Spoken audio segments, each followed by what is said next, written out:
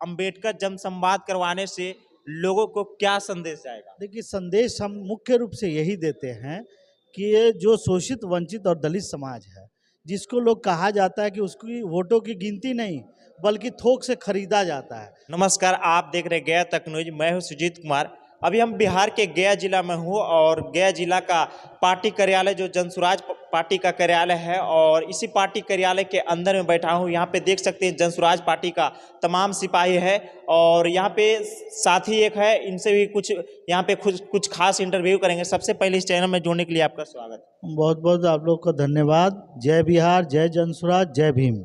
आपका नाम क्या हुआ? मेरा नाम डॉक्टर वीरेंद्र भास्कर हुआ।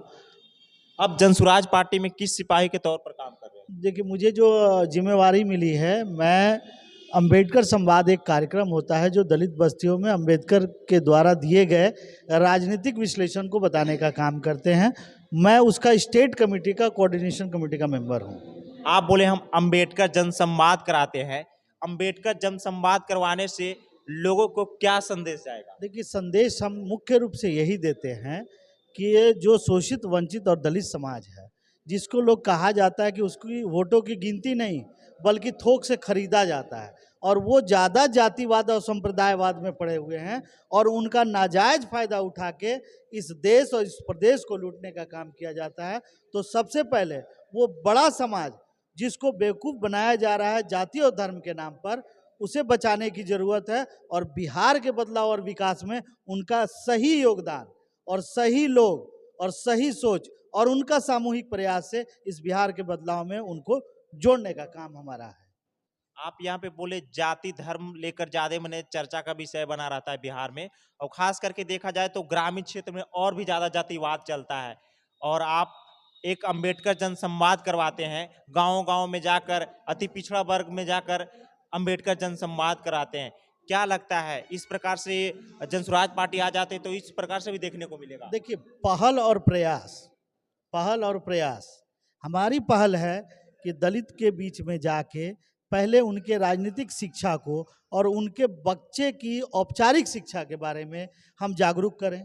जागरूकता का मतलब जब उसकी बुद्धि ऊपर की ओर जाती है तब वो सत्ता की तरफ सोचता है, वो अपने अधिकारों के बारे में जानता है। तो दलित संवाद का जो सबसे मुख्य प्रयोजन है, उद्देश्य है, ध्येय है, उसका जो मंशा है वो ये है कि दलितों के बीच में हम ये जागरूक करें कि सबसे पहले जो अभी तक आप जातिवाद पर ध्यान दे रहे थे, आप अपने बच्चों की शिक्षा पे क्या ये जातिवादी नेता जो कोई भी हो क्या ध्यान दिया? आपके स्कूलों में कभी आते हैं निरीक्षण करने के लिए कि हमारे बच्चों का स्कूल का क्या स्थिति है? कोई विधायक, कोई एमपी आता है? नहीं आता है। आपकी शिक्षा से उनका कोई मतलब नहीं। जबकि बाबा साहब कहते थे कि शिक्षा वह शेरनी का दूध है जो पिएगा वो दहाड़ेगा, और शिक्षा ही वो औजार है जो आपके विकास को अग्रतर ले जाएगा।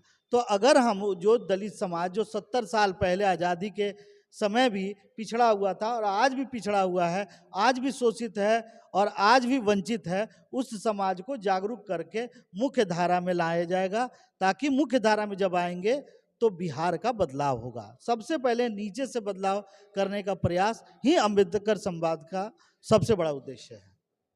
आपका पार्टी के द्वारा 5 वादे रख चुके हैं जनता का बीच, इससे मने लोगों का क्या फायदा होगा? आप देखिए, विश्लेषण करा सकते ये हैं?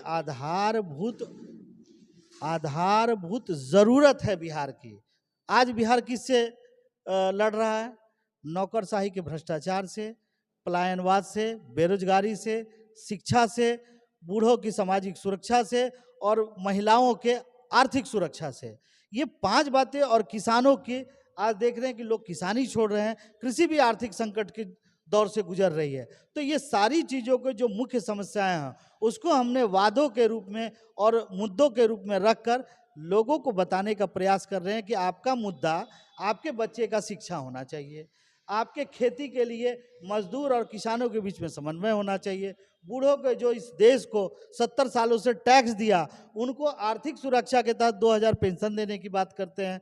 हम लोग महिलाओं को जो आज तक किसी न किसी के अंडर में रहकर अपने जीवन को यापन करते हैं, हम उनको आर्थिक मदद देके बल्कि उनको भी देश ही नहीं प्रदेश के ग्रॉस नेट इनकम में, यानी राज्य सकल उत्पाद में भी उनका योगदान हो। सिर्फ वो घरेलू महिला ना रहे, उनके लिए पूंजी की व्यवस्था की बात कर रहे हैं। रोजगार का जहाँ तक सवाल है, सब लोग हल्ला करते हैं कि रोजगार देने वाली सरकार है।